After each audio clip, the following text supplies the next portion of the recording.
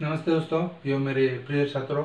हिंदी के दर्शन चैनल में आप सभी का फिर से एक बार हार्दिक स्वागत है। मैं हूँ राजेश अनोते और आप सभी के लिए मैं लेकर आया हूँ हिंदी व्याकरण का एक महत्वपूर्ण टॉपिक कारक। छात्रों, आज के इस वीडियो में हम देखेंगे कारक किसे कहते हैं, कारक कितने प्रकार के होते हैं, इस कारक को कैसे पहचानते हैं और हिंदी व्याकरण में कारक का कितना महत्व है। तो चलिए सबसे पहले हम देखेंगे कि कारक किसे कहते हैं। दोस्तों, ये मेरे प्रिय छात्रों, कारक तो संज्ञा या सर्वनाम शब्दों के वे रूप होते हैं जिनका संबंध वाक्य के क्रिया के साथ जोड़ा जाता है। ठीक है, यानी क्या, वाक्य में प्रयोग होने वाले किसी भी संज्ञा सर्वनाम शब्द का संबंध वाक्य के अन्य शब्दों के साथ या क्रिया के साथ जोड़ा जाता है, तब उसे हम कारक कहते हैं। तो चलिए कारक के परिभाषा और उदाहरण के माध्यम से हम समझने की कोशिश करते हैं कि कारक किसे कहते हैं। तो परिभाषा इस प्रकार है: संज्ञा या सर्वनाम शब्दों के जिस रूप से उसका संबंध वाक्य के अन्य शब्दों से या वाक्य के क्रिया के साथ जोड़ा जाता है, उसे ही हम कारक कहते हैं। ठीक है, अभी यहाँ पर उदाहरण देखिएगा, चिड़िया पेड़ पर बैठी है। अभी यह एक उदाहरण है। अब इस वाक्य में दो संज्ञाएं हैं, एक चिड़िया और दो पेड़। इस वाक्य में दो संज्ञा है। ठीक है, ये दोनों संज्ञा का जो रूप है वह अलग अलग रूपों में प्रयोग किया गया है। जैसे चिड़िया पेड़ पर बैठी है, इस वाक्य में पहला संज्ञा शब्द चिड़िया है जो वाक्य का कर्ता है, यानी चिड़िया शब्द जो है इस वाक्य का कर्ता है। और वाक्य का दूसरा संज्ञा शब्द पेड़ है। और यह पेड़ शब्द जो है, यह संज्ञा शब्द जो है, इस वाक्य का जो है क्रिया का आधार है। तो यहाँ पर याद रखना है कि दोनों संज्ञाएं हैं, परंतु यहाँ पर दोनों संज्ञाओं का जो रूप है वो अलग अलग है। और यहाँ पर यह चिड़िया जो है कर्ता है और पेड़ जो है इस क्रिया का आधार है। और इसमें और एक बात याद रखिएगा कि यहाँ पर एक शब्द आया है, पर। अभी इस पर शब्द को हम क्या कहेंगे? अभी ये तो हो गए दो संज्ञाएं। अब ये पर शब्द क्या होता है देखिएगा, यहाँ पर जैसे शब्द का भी प्रयोग हुआ है, तो यह पर शब्द जो है वह विभक्ति चिन्ह है, इस कारक का विभक्ति चिन्ह है। तो छात्रों, विभक्ति चिन्ह किसे कहते हैं कि हिंदी व्याकरण में संज्ञा सर्वनाम शब्दों के आगे जो शब्द संज्ञा सर्वनाम शब्द के साथ आते हैं, जिससे यह पता चलता है कि संज्ञा सर्वनाम शब्द का अन्य शब्दों के साथ या क्रिया के साथ जो संबंध है उसे हम विभक्ति चिन्ह कहते हैं। अभी ये पर जो शब्द आया है, ये पर शब्द, यह इस वाक्य का विभक्ति चिन्ह है, इस कारक का विभक्ति चिन्ह। जैसे यहाँ पर पेड़, यह क्रिया का आधार है। ठीक है, इस क्रिया का आधार पेड़ है, तो यह संज्ञा, तो इस संज्ञा के साथ यह पर शब्द आया है, तो यह पर क्या है? यह कारक का विभक्ति चिन्ह है। आया समझ में आता है? तो अगर हम पर इस शब्द को अगर वाक्य में से निकाल देते हैं, समझो, मान लीजिए इस पर शब्द को अगर निकाल देते हैं तो वाक्य इस प्रकार से बनेगा, चिड़िया पेड़ बैठी है। चिड़िया पेड़ बैठी है। तो हम इस वाक्य के अर्थ को ठीक से समझ नहीं पाएंगे, इसलिए वाक्यों का अर्थ ठीक से समझने के लिए पर जैसे, इस पर जैसे शब्दों की हमें बहुत जरूरत होती है। पर यह शब्द जो है इस वाक्य में आया है, तो यह पेड़ इस संज्ञा शब्द का क्रिया के आधार का बोध करा रहा है। इसलिए ऐसे शब्दों के कारण ही हमें वाक्य में आए सभी शब्दों के परस्पर संबंधों का ज्ञान प्राप्त होता है। अब जैसे देखिएगा, यहाँ पर हमने देखा कि इस क्रिया का आधार पेड़ है, तो इस पेड़ के साथ ये पर शब्द आया है, तो ये पर शब्द जो है कारक का जो है विभक्ति चिन्ह है।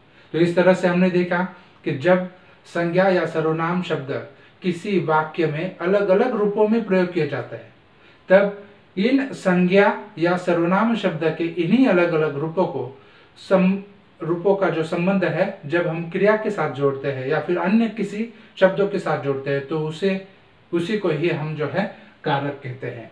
ठीक है, तो अभी हम देखेंगे कारक के प्रकार।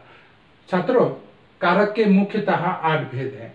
कारक के मुख्यतः 8 भेद है। उसमें से पहला है कर्ता कारक, कर्म कारक, करण कारक, संप्रदान कारक, अपादान कारक, संबंध कारक, अधिकरण कारक और संबोधन कारक। तो इस प्रकार से ये 8 भेद है। तो चलिए अभी हम कारक के जो 8 भेद है उसमें से एक एक भेद को अभी हम देखते हैं। तो चलिए छात्रों, सबसे पहले हम कारक का जो पहला भेद है कर्ता कारक, उसे देखते हैं। अभी कर्ता कारक की परिभाषा कौन सी है और कर्ता कारक को कैसे पहचानते हैं ये देखते हैं। कर्ता कारक की परिभाषा इस प्रकार है, वाक्य में जिस शब्द से कार्य करने वाले का पता चलता है उसे कर्ता कारक कहते हैं। वाक्य में जिस शब्द से कार्य करने वाले का पता चलता है, यानी क्रिया करने वाले का पता चलता है, उसे हम कर्ता कारक कहते हैं। अब इस कर्ता कारक के विभक्ति चिन्ह है ने। अब इस कर्ता कारक को उदाहरणों के माध्यम से हम समझने की कोशिश करते हैं कि कर्ता कारक कैसे पहचानते हैं। अभी पहला वाक्य है, अशोक ने पत्र लिखा। अशोक ने पत्र लिखा। अभी यह वाक्य कौन से काल का है? यह भूतकाल का वाक्य है। तो अशोक ने पत्र लिखा, इस भूतकाल के वाक्य में 2 संज्ञाएं हैं। एक अशोक, अशोक यह एक संज्ञा है और पत्र यह एक संज्ञा है, और लिखा यह क्रिया है। और यहां पर ये ने जो आया है ये विभक्ति चिन्ह के रूप में आया है। ये ने जो है विभक्ति चिन्ह के रूप में है। तो यहाँ पर अशोक और पत्र ये दोनों संज्ञाएं हैं, परंतु इन दोनों संज्ञाओं का जो रूप है अलग अलग है। अशोक इस संज्ञा का जो रूप है यहाँ पर कर्ता के रूप में आएगा, और पत्र इस संज्ञा शब्द का जो रूप है यहाँ पर कर्म के रूप में आएगा। तो यहाँ पर अशोक कर्ता है और पत्र कर्म है, और लिखने की यहाँ पर क्रिया है। तो परिभाषा के अनुसार इस क्रिया का प्रभाव अशोक पर पड़ रहा है, यानी अशोक क्या कार्य कर रहा है? पत्र लिख रहा है। यानी अशोक यह करता है और यह कर्ता पत्र लिखने का कार्य कर रहा है, इसलिए ये अशोक जो है अशोक ने पत्र लिखा, यह वाक्य कर्ता कारक कहलाएगा। अभी यह ने विभक्ति चिन्ह कब आता है ये समझ लीजिए। जब वाक्य भूतकाल में लिखा हो और कर्म के साथ हो, तब उस समय भूतकाल के वाक्यों में सकर्मक क्रिया के कर्ता के साथ ने विभक्ति चिन्ह का प्रयोग किया जाता है। यह हमेशा याद रखिएगा। फिर से एक बार बताता हूं, जब वाक्य भूतकाल में लिखा हो और कर्म के साथ हो, तब उस समय भूतकाल के वाक्यों में सकर्मक क्रिया के कर्ता के साथ ने विभक्ति चिन्ह का प्रयोग किया जाता है। अभी दूसरा उदाहरण देखते हैं। सुजाता पुस्तक पढ़ती है। अभी यहां तो ने विभक्ति चिन्ह नहीं लगाया गया, तो अभी यह वाक्य कौन से काल का है? कि सुजाता पुस्तक पढ़ती है, यह सामान्य वर्तमान काल का वाक्य है। तो अभी इसमें ने विभक्ति चिन्ह क्यों नहीं आया? इसका भी एक नियम है कि जब वर्तमान काल के वाक्य जब होते हैं और उसमें सकर्मक क्रिया के कर्ता के साथ ने विभक्ति चिन्ह नहीं लगाए जाते हैं। तो यहाँ पर सुजाता पुस्तक पढ़ती है। अभी सुजाता और पुस्तक ये दोनों क्या है? संज्ञाएं हैं। सुजाता यह कर्ता है और पुस्तक कर्म है, और पढ़ती है यह क्रिया है। परंतु यहाँ पर इस क्रिया का प्रभाव सीधा कर्ता पर पड़ रहा है, यानी पुस्तक पढ़ने का कार्य कौन कर रहा है? सुजाता। तो सुजाता यह जो है कर्ता है, पुस्तक कर्म है, और पढ़ती है यह क्रिया है। तो इस क्रिया का प्रभाव सुजाता पर पड़ रहा है, तो इसलिए यह वाक्य भी जो है कर्ता कारक कहलाएगा। तो यहाँ पर ने विभक्ति चिन्ह क्यों नहीं आया है? सबसे पहले समझ लीजिएगा, वर्तमान काल के वाक्यों में सकर्मक क्रिया के कर्ता के साथ ने विभक्ति चिन्ह नहीं लगाया जाता है। ठीक है, अभी हम तीसरा उदाहरण देखते हैं। संदीप खाना खाएगा। संदीप खाना खाएगा। अब इस उदाहरण में भी ने विभक्ति चिन्ह का प्रयोग नहीं हुआ है, तो अभी यहाँ पर भी क्यों नहीं हुआ है? कि इसका भी एक नियम है कि जब भविष्य काल का वाक्य होता है और भविष्य काल के वाक्यों में सकर्मक क्रिया के कर्ता के साथ ने विभक्ति चिन्ह का प्रयोग नहीं किया जाता है। अब यहाँ पर संदीप जो है ये संदीप संज्ञा जो है यह कर्ता है, खाना यह जो संज्ञा है यह कर्म है, और खाएगा यह क्रिया है। तो इस खाने की क्रिया का प्रभाव संदीप पर पड़ रहा है, इसलिए यह वाक्य भी जो है कर्ता कारक के अंतर्गत आएगा। अभी यहाँ पर देखिएगा, संदीप खाना खाएगा, खाने की क्रिया है। खाना कौन खाएगा? संदीप खाएगा। तो संदीप खाना खाएगा, तो संदीप खाना खाने की क्रिया का जो प्रभाव है संधि पर पड़ रहा है, तो इसलिए यह वाक्य भी कर्ता कारक के अंतर्गत आएगा। अभी अंतिम उदाहरण है कर्ता कारक का, वह हंसी। अभी इस उदाहरण में भी नेय विभक्ति चिन्ह नहीं आया है, तो यह वाक्य कौन से काल का है? वह हंसी। यह भी भूतकाल का वाक्य है। अभी जब भूतकाल की अकर्मक क्रिया होती है, अकर्मक यानी क्या? जो वाक्य कर्म के बिना आता है, बनता है, ऐसा वाक्य। अब जैसे वह हंसे, अभी वह क्या है? यह सर्वनाम है, हंसना क्या है? यह क्रिया है। तो यहाँ पर कर्म के बिना यह वाक्य बना है, वह हंसे। और जब वह हंसी, यह वाक्य जो है भूतकाल का है, और भूतकाल की अकर्मक क्रिया के कर्ता के साथ ने विभक्ति चिन्ह का प्रयोग नहीं होता है। समझ लीजिए, भूतकाल की अकर्मक क्रिया के साथ जो कर्ता होता है, उस कर्ता के साथ ने विभक्ति चिन्ह का प्रयोग नहीं होता है। तो इस प्रकार यह कर्ता कारक यहाँ पर समाप्त होता है। अभी हम अगला जो प्रकार है कर्म कारक, उसे देखते हैं।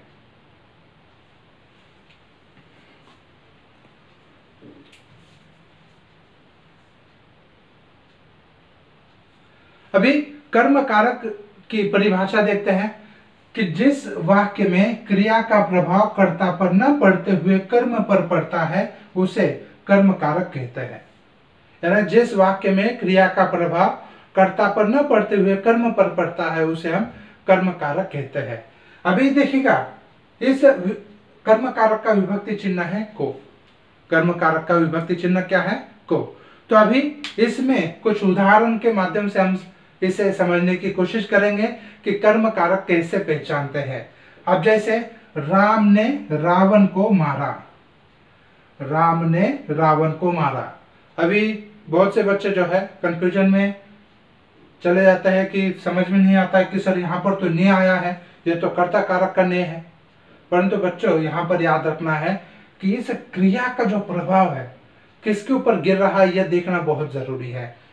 कि राम ने रावण को मारा, तो यहाँ पर राम और रावण ये दोनों संज्ञाएं हैं। राम और रावण ये दोनों संज्ञाएं, परंतु इन दोनों संज्ञाओं का जो रूप है वो अलग अलग है। इस वाक्य में राम जो है कर्ता है और रावण जो है कर्म है। तो यहाँ पर राम क्या कार्य कर रहा है? राम ने रावण को मारा। अभी मारना, मारने की क्रिया है यहाँ पर, ठीक है। राम जो है रावण को मारने की क्रिया कर रहा है, तो यहाँ पर जो है राम ने रावण को मारा, तो मारा इस क्रिया का प्रभाव। अब किसको मारा? राम ने रावण को मारा। किसको मारा? रावण को। तो इसलिए इस क्रिया का प्रभाव रावण पर पड़ रहा है। मारा, इस क्रिया का प्रभाव रावण पर पड़ रहा है। और इस रावण, इस संज्ञा इस संज्ञा कर्म के साथ को विभक्ति चिन्ह लगाया गया है। क्या लगाया गया? को। तो यहाँ पर राम ने रावण को मारा, तो इस वाक्य में मारने की क्रिया रावण पर हो रही है, इसलिए यह कर्म कारक है। मारने की क्रिया कर्म पर हो रही है, कर्म नामक रावण नामक कर्म पर, तो इसलिए यहाँ पर राम ने रावण को मारा, यह वाक्य जो है कर्म कारक कहलाएगा। आया समझ में? राम ने रावण को मारा, इस वाक्य में मारने की क्रिया राम पर नहीं हो रही है, किसके ऊपर हो रही है? रावण पर हो रही है। तो इसलिए यह वाक्य जो है कर्म कारक है।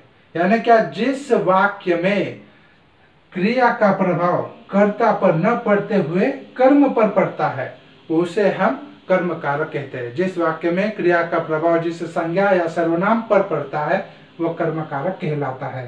यानी मारा, इस क्रिया का प्रभाव रावण इस संज्ञा पर पड़ा है, तो इसलिए यह कर्म कारक है। अब यह संज्ञा है, परंतु यहाँ पर एक कर्म के रूप में आया है। आया समझ में? अभी यहाँ पर अभी हम दूसरा उदाहरण देखते हैं। संगीता ने प्रमोद को चित्र दिखाए। संगीता ने प्रमोद को चित्र दिखाए। अभी इस वाक्य में देखिएगा, इस दूसरे वाक्य में संगीता, प्रमोद और चित्र, ये तीन संज्ञाएं आई है इस वाक्य में। संगीता, प्रमोद और चित्र, ये तीन संज्ञाएं आई हैं। इन तीन संज्ञा शब्दों में संगीता यह संज्ञा शब्द, संगीता यह संज्ञा शब्द वाक्य का कर्ता है। प्रमोद यह संज्ञा का शब्द जो है वाक्य का कर्म है। और चित्र यह संज्ञा शब्द भी वाक्य का कर्म है। अभी यहाँ पर दो कर्म आए हैं, ठीक है। यहाँ पर इस वाक्य में दो कर्म शब्द का प्रयोग किया गया है। छात्रों, जिस वाक्य में क्रिया के पहले क्या किसको लगाने पर जो उत्तर मिलता है वो कर्म होता है। तो चलिए हम देखते हैं इस वाक्य में क्रिया के पहले क्या और किसको यह प्रश्न सूचक शब्द लगाकर देखने से उत्तर मिलता है या नहीं मिलता है। क्या दिखा है क्रिया के पहले, अगर हम क्या जो अगर प्रश्न पूछे जाता है कि क्या दिखा है, चित्र दिखा है, उत्तर मिलता है। क्या दिखा है, चित्र दिखा है। किसको दिखा है, किसको दिखा है, प्रमोद को दिखा है। तो इस वाक्य में क्रिया के दो कर्म आए हैं, इसे ही हम द्विकर्मक क्रिया कहते हैं। इस वाक्य में दिखाने की क्रिया का प्रभाव चित्र और प्रमोद इन दोनों पर पड़ रहा है, यानी इस क्रिया का प्रभाव प्रमोद और चित्र इन दोनों पर पड़ रहा है, इसलिए ये वाक्य भी कर्म कारक के अंतर्गत आएगा।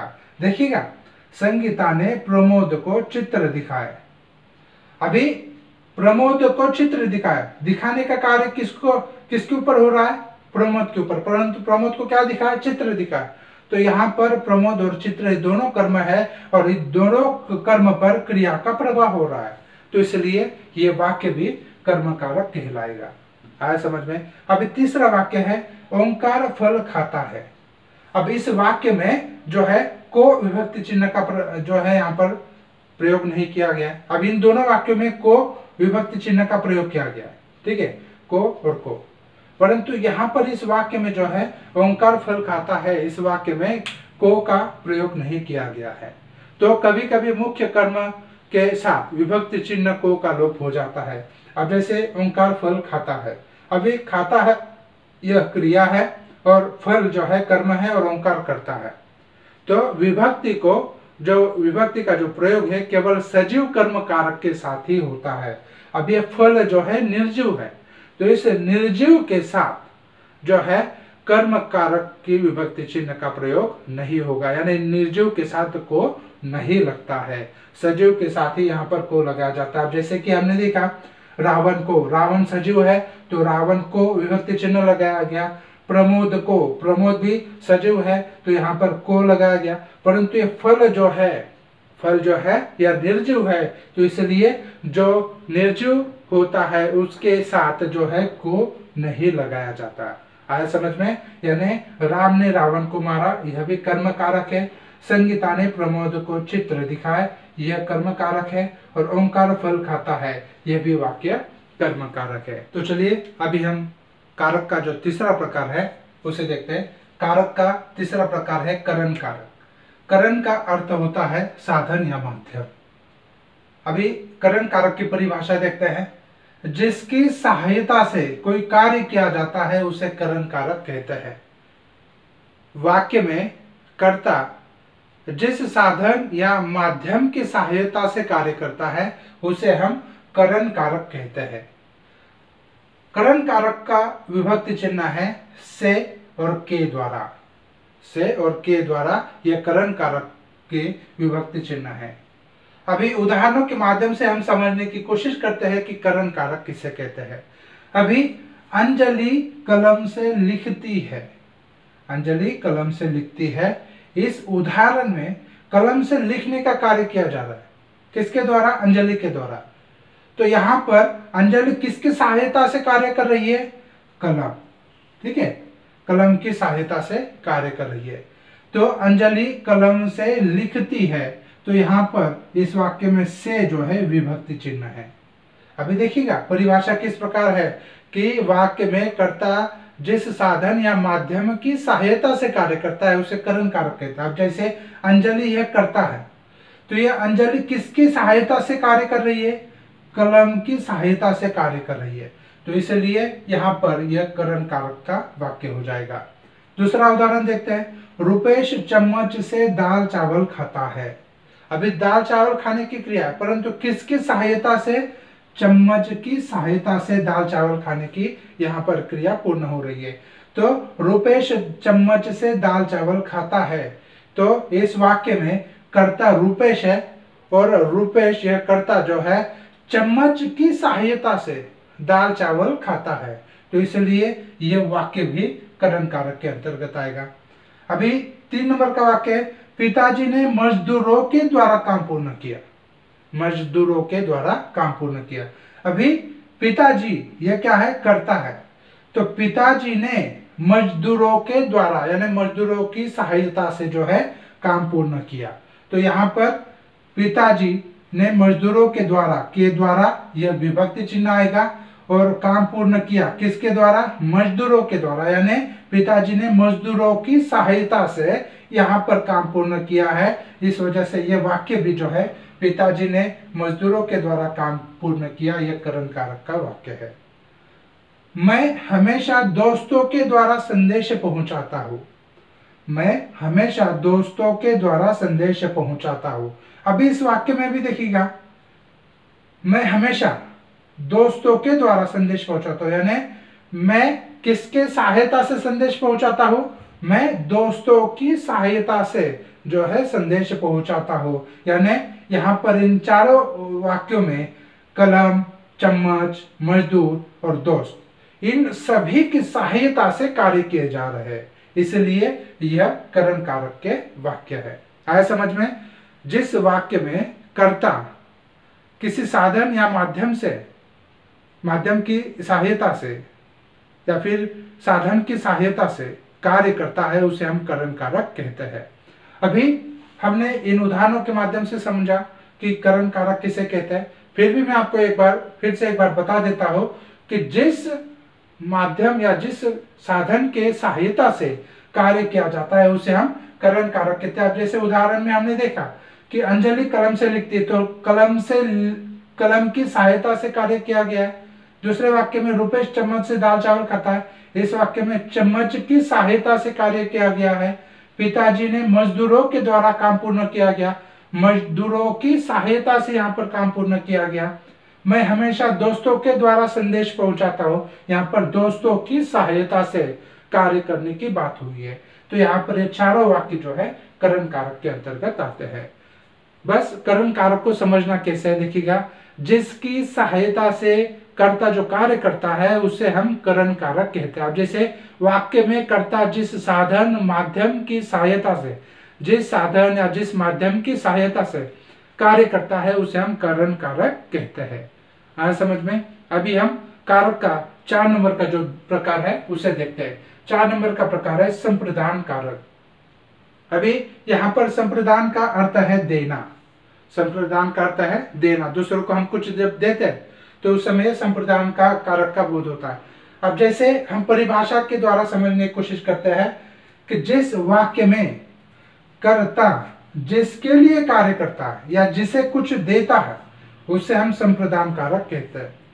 अभी देखिएगा, कभी भी याद रखिएगा, कोई भी कर्ता दूसरों के लिए कोई कार्य कर रहा है या दूसरों को कुछ दे रहा है तब उस समय संप्रदान कारक होता है। तो अब जैसे यहाँ पर संप्रदान कारक की विभक्ति चिन्ह है को और के लिए। अभी यहाँ पर को जो है देने के लिए यहाँ पर उल्लेखित होगा। यहाँ पर जो है को और कर्म कारक का को, इसमें बहुत अंतर है। यहाँ पर एक को जो है देने के, यहाँ पर भाव में यहाँ पर ये आया है देने के इसमें। तो यहाँ पर देखिएगा, जैसे उदाहरण से हम समझने की कोशिश करते हैं, दादाजी गरीब लोगों को कपड़े देते हैं। जहां पर हमेशा हमेशा के लिए देने की बात की जाती है तो वहां पर को का जो है यहाँ पर प्रयोग किया जाता है, यानी जिसे कुछ दिया जाता है तब उस समय को का प्रयोग किया जाता है। अब जैसे दादाजी गरीब लोगों को कपड़े देते हैं, यानी यहाँ पर दादाजी जो है कर्ता है और कर्ता जो है गरीब लोगों को कपड़े देता है। तो यहाँ पर एक को विभक्ति चिन्ह आया संप्रदान कारक का, और दादाजी जो है गरीबों को कपड़े देते हैं, तो यहाँ पर देने की क्रिया हुई है, तो इसलिए यहाँ पर ये संप्रदान कारक है। दूसरे उदाहरण से समझते हैं, माँ ने बच्चों के लिए खाना बनाया। अभी जिस वाक्य में दूसरों के लिए कार्य किया जाता है या दूसरों को कुछ दिया जाता है तो उस समय संप्रदान कारक होता है। अभी इस वाक्य में माँ ने बच्चों के लिए खाना बनाया। अब किसके लिए खाना बनाया? बच्चों के लिए। किसके लिए बनाया गया? बच्चों के लिए माँ ने खाना बनाया। तो यहाँ पर बच्चों के लिए यह संप्रदान कारक का विभक्ति चिन्ह है, और माँ ने बच्चों के लिए खाना बनाया, यह संप्रदान कारक का वाक्य है। बस एक बात याद रखनी है, जब कर्ता दूसरों के लिए कुछ कार्य करता है, ठीक है, यहाँ पर देखिएगा जिस वाक्य में कर्ता जिसके लिए कार्य करता है या फिर जिसे कुछ देता है उसे हम संप्रदान कारक कहते हैं। आया समझ में? तो चलिए दोस्तों, अभी हम कारक का 5 नंबर का भी देखते हैं, अपादान कारक। अपादान कारक की परिभाषा इस प्रकार है, जिस वाक्य में एक व्यक्ति या वस्तु का दूसरे व्यक्ति या वस्तु से अलग होने का भाव प्रकट होता है उसे अपादान कारक कहते हैं। देखिएगा, समझ लीजिएगा कि परिभाषा किस प्रकार से है अपादान की। अपादान कारक की परिभाषा इस प्रकार है कि एक व्यक्ति या वस्तु का दूसरे व्यक्ति या वस्तु से अलग होने का जहां पर भाव प्रकट होता है उसे हम अपादान कारक कहते हैं। अभी अपादान कारक की विभक्ति चिन्ह है से। अभी यहाँ पर जो से विभक्ति चिन्ह आया है यह अलग होने के अर्थ में आया है, और वह करण कारक का जो से है और अपादान कारक का जो से है, इनमें अंतर है। यहाँ पर यह जो से है अलग होने के अर्थ में आया है, और वह करण कारक का जो से है किसी की सहायता के लिए जो है वहां पर उससे आया है, किसी की सहायता से कार्य करने के लिए। ठीक है, तो यहाँ पर का जो है से जो है यह अलग होने के भाव में आया है, तो अपादान कारक का से अलग होने के अर्थ में है। तो यहाँ पर हम उदाहरणों के माध्यम से समझते हैं कि अपादान कारक कैसे पहचाने जाते हैं। छात्र स्कूल से घर गया। छात्र स्कूल से घर गया यानी छात्र जो है स्कूल से अलग हो गया, तो यहाँ पर छात्र का स्कूल से अलग होने का भाव प्रकट हो रहा है। दूसरा वाक्य देखते हैं, पेड़ से फल गिरा। अभी पेड़ को जो फल था वो फल जो है पेड़ से गिर गया, यानी वो पेड़ से फल अलग हो गया, तो यहाँ पर भी पेड़ से फल अलग होने का जो भाव प्रकट हो रहा है। तो ये दोनों वाक्य भी जो है अपादान कारक के वाक्य है। अभी समझ लीजिएगा, जिस वाक्य में व्यक्ति किसी व्यक्ति या वस्तु का दूसरे व्यक्ति या वस्तु से अलग होने का जहां पर भाव प्रकट होता है उस समय अपादान कारक कहलाता है। आया समझ में? अभी हम कारक का 6 नंबर का जो प्रकार है संबंध कारक उसे देखते हैं। संबंध कारक की परिभाषा इस प्रकार है, वाक्य में शब्द के जिस रूप से किसी एक व्यक्ति या वस्तु का दूसरे व्यक्ति या वस्तु के संबंध का पता चले उसे संबंध कारक कहते हैं। अभी देखिएगा, इस संबंध कारक की विभक्ति चिन्ह है का, की, के, रा, री, रे। का, की, के, रा, री, रे। अभी संबंध कारक को समझ लीजिए, किसी एक व्यक्ति या वस्तु का किसी दूसरे व्यक्ति या वस्तु के संबंध का जहां पर पता चलता है उसे हम संबंध कारक कहते हैं। अभी हम कुछ उदाहरणों के माध्यम से समझते हैं कि संबंध कारक कैसे पहचाने जाते हैं। अब जैसे लक्ष्मण राम का भाई है। लक्ष्मण राम का भाई है। इस वाक्य में लक्ष्मण जो है और राम जो है इन दोनों का संबंध दर्शाया गया है। लक्ष्मण और राम का दोनों का संबंध दर्शाया गया है। लक्ष्मण राम का क्या है? भाई है। तो यहाँ पर राम लक्ष्मण जो है दोनों का जो है भाई का संबंध यहाँ पर बताया गया है। दूसरा वाक्य देखते हैं, वह मोहन की किताब है। अब इस वाक्य में मोहन और किताब का संबंध बताया गया है कि मोहन की किताब है। ठीक है, मोहन और किताब का संबंध यहाँ पर बताया गया है। तीसरा वाक्य देखते हैं, पिताजी के दोस्त आ गए। अभी यहाँ पर पिताजी और दोस्त का संबंध इस वाक्य में बताया गया है। तो इन तीनों वाक्यों में का, की, के ये विभक्ति चिन्ह आए हैं। किस लिए आए हैं कि यहाँ पर पहले वाक्य में का जो आया है विभक्ति चिन्ह वो लक्ष्मण राम का भाई है, यानी लक्ष्मण और राम का भाई होने का संबंध यहाँ पर दर्शाया गया है। यहाँ पर दूसरे वाक्य में जो की विभक्ति चिन्ह आया है वह मोहन और किताब इन दोनों का संबंध दर्शाने के लिए आया है। पिताजी के दोस्त आ गए। अभी इस वाक्य में के ये जो विभक्ति चिन्ह है ये पिताजी और दोस्त का संबंध बता रहे हैं। आया समझ में? अभी रा, री, रे ये इस विभक्ति चिन्ह से समझते हैं कि किस तरह से हम संबंध कारक पहचानते हैं कि यही मेरा मकान है। मेरा इस सर्वनाम का संबंध जो है मकान से जोड़ा गया है। रमा मेरी बहन है। अभी मेरी इस सर्वनाम शब्द का जो है संबंध जो है बहन, रमा बहन से जोड़ा गया है। यह मेरे पिताजी है। अभी मेरे इस सर्वनाम का संबंध पिताजी से जोड़ा गया है।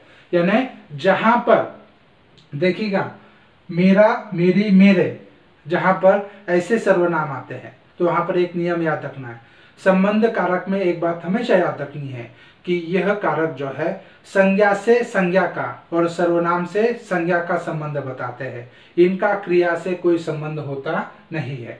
समझ लीजिए, संज्ञा का संज्ञा से, संज्ञा का संज्ञा से, और सर्वनाम से संज्ञा का, सर्वनाम से संज्ञा का जहां पर संबंध बताया जाता है उसे हम संबंध कारक कहते हैं। फिर से एक बार कहता हूं, देखिएगा, समझ लीजिए। संबंध कारक में एक संज्ञा से दूसरे संज्ञा का संबंध बताया जाता है, सर्वनाम से संज्ञा का संबंध बताया जाता है, उसे हम संबंध कारक कहते हैं। ठीक है, इन संबंध कारक में क्रिया का कोई संबंध नहीं होता है। आया समझ में? अभी यहाँ पर हम संबंध कारक देखा है, अभी हम जो 7 नंबर का प्रकार है उसे देखते हैं। कारक का 7 नंबर का प्रकार है अधिकरण कारक। अधिकरण कारक की परिभाषा इस प्रकार है, वाक्य में प्रयुक्त संज्ञा या सर्वनाम के जिस रूप से क्रिया के आधार का पता चले उसे अधिकरण कारक कहते हैं। अभी इस अधिकरण कारक का विभक्ति चिन्ह है में और पर, में और पर यह विभक्ति चिन्ह है। तो चलिए अभी हम अधिकरण कारक के वाक्य को कैसे पहचाना जाता है यह देखते हैं। शेर जंगल में घूम रहा है। अभी इस वाक्य की जो क्रिया है, घूम रहा है, यह क्रिया है, और दो यहाँ पर जो है संज्ञा आई है, शेर और जंगल। तो इस घूम रहा है, इस क्रिया का आधार क्या है? जंगल है। कौन सा आधार है? जंगल। तो अभी यहाँ पर देखिएगा, इस क्रिया जो हो रही है, जो क्रिया है, इस क्रिया का स्थान क्या है? जंगल है। यानी क्रिया क्या हो रही है? जंगल में हो रही है। तो यहाँ पर याद रखना है कि जिस क्रिया का आधार जो संज्ञा या सर्वनाम होगा, जो भी संज्ञा या सर्वनाम का जो रूप होगा उसे हम अधिकरण कारक कहते हैं। और यहाँ पर में जो है विभक्ति चिन्ह के रूप में आया है। दूसरा उदाहरण देखते हैं, बच्चे छत पर सो रहे हैं। अभी इस उदाहरण में सो रहे हैं, यहाँ पर सोने की क्रिया है। ठीक है, तो यहाँ पर सोने की क्रिया का आधार क्या है? छत है। यानी क्रिया किस स्थान पर हो रही है? छत पर। तो यह छत जो है यह इस क्रिया का आधार है, और यह पर जो है यह विभक्ति चिन्ह है। तो यहाँ पर बच्चे छत पर सो रहे हैं, यह वाक्य भी अधिकरण कारक का है। ठीक है, यहाँ पर एक बात याद रखनी है, वाक्य में प्रयुक्त संज्ञा सर्वनाम के जिस रूप से क्रिया के स्थान का, क्रिया के आधार का पता चलेगा उसे हम अधिकरण कारक कहते हैं। कारक का 8 नंबर का प्रकार है संबोधन कारक। तो संबोधन कारक की परिभाषा इस प्रकार है, वाक्य में किसी संज्ञा या सर्वनाम को बुलाने या पुकारने के बारे में पता चले उसे हम संबोधन कारक कहते हैं। अभी इस संबोधन कारक के विभक्ति चिन्ह क्या है? हे, अरे, ओ, यह विभक्ति चिन्ह है। अभी इस संबोधन कारक के वाक्यों को कैसे पहचाना जाता है यह देखते हैं। पहला उदाहरण इस प्रकार है कि हे ईश्वर मेरी रक्षा करना, हे ईश्वर मेरी रक्षा करना। अब इस वाक्य में ये जो है यह है शब्द जो है यहाँ पर विभक्ति चिन्ह है। अभी यहाँ पर एक बात याद रखनी है कि संबोधन कारक का जो विभक्ति चिन्ह जो होता है, उस विभक्ति चिन्ह का जो प्रयोग है हमेशा वाक्य के प्रारंभ में किया जाता है और संज्ञा से पहले किया जाता है। तो यहाँ पर यह जो है यह विभक्ति चिन्ह है संबोधन कारक का।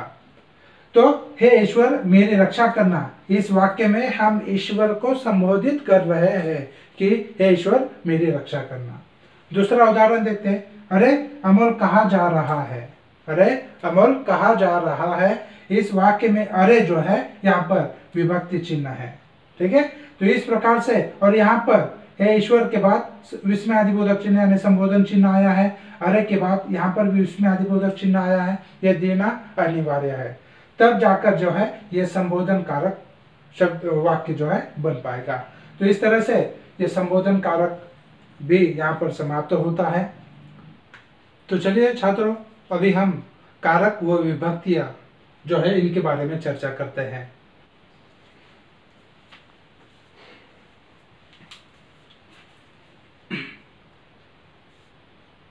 तो चलिए छात्रों, अभी हम कारकों के संबंध में ध्यान देने योग्य विशेष बातें कौन कौन सी है वह देखते हैं।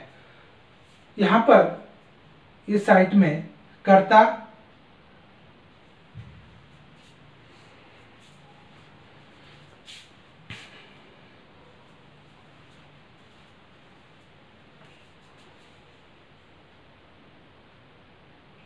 तो चलिए छात्रों, अभी हम कारकों के संबंध में ध्यान देने योग्य विशेष बातें कौन कौन सी हैं वह देखते हैं। यहाँ पर कर्ता के कारक के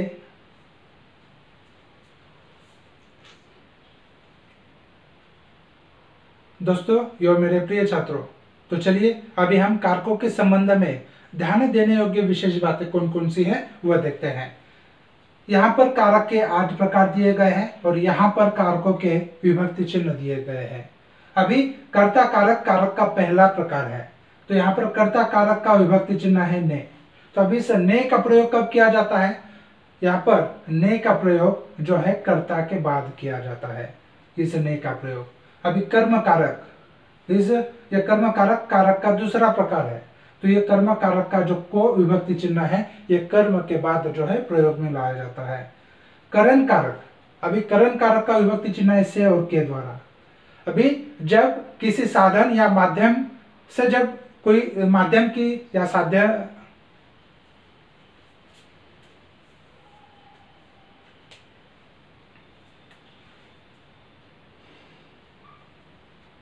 दोस्तों यह मेरे प्रिय छात्रों, तो चलिए अभी हम कारकों के संबंध में ध्यान देने योग्य विशेष बातें कौन सी है वह देखते हैं। अभी यहाँ पर ये सभी कारक के प्रकार दिए गए हैं और यहाँ पर इन कारकों के विभक्ति चिन्ह दिए गए हैं। विभक्ति चिन्ह को ही हम परसर्ग भी कहते हैं। अभी यहाँ पर कर्ता कारक के जो है कारक का पहला प्रकार है, कर्ता कारक का विभक्ति चिन्ह ने है। अभी इस ने विभक्ति चिन्ह का प्रयोग कब किया जाता है? कर्ता के बाद, ठीक है, यानी कर्ता के साथ जो है या कर्ता के बाद ने का प्रयोग किया जाता है। जैसे राम ने पत्र लिखा, राम ये कर्ता है, यानी कर्ता के बाद जो है ने का प्रयोग होता है। दूसरा प्रकार है कारक का कर्म कारक। कर्म कारक का जो विभक्ति चिन्ह है वह है को। तो यहाँ पर इस को का प्रयोग, इस विभक्ति चिन्ह को का प्रयोग कब किया जाता है? कर्म के बाद, ठीक है, कर्म के बाद को का प्रयोग किया जाता है। करण कारक, यह कारक का तीसरा प्रकार है। तो करण कारक का जो विभक्ति चिन्ह है वह से और के द्वारा है।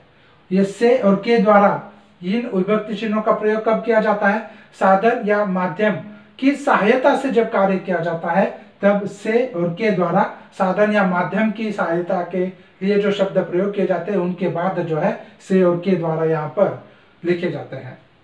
संप्रदान कारक को और के लिए, अभी यहाँ पर भी को है और यहाँ पर भी को है, परंतु यहाँ पर कर्म कारक का जो को है ये कर्म के साथ आता है और यहाँ पर ये जो को है संप्रदान कारक का को, यहाँ पर देना। संप्रदान का अर्थ क्या होता है? देना। देने के लिए, किसी को कुछ देने के लिए जब बात की जाती है तब इस को का प्रयोग किया जाता है। और के लिए, दूसरों के लिए जब कार्य किया जाता है तब यहाँ पर के लिए इस विभक्ति चिन्ह का प्रयोग किया जाता है। अपादान कारक, अपादान कारक का विभक्ति चिन्ह है से। अब यहाँ पर यह से और यह से, इनमें अंतर है।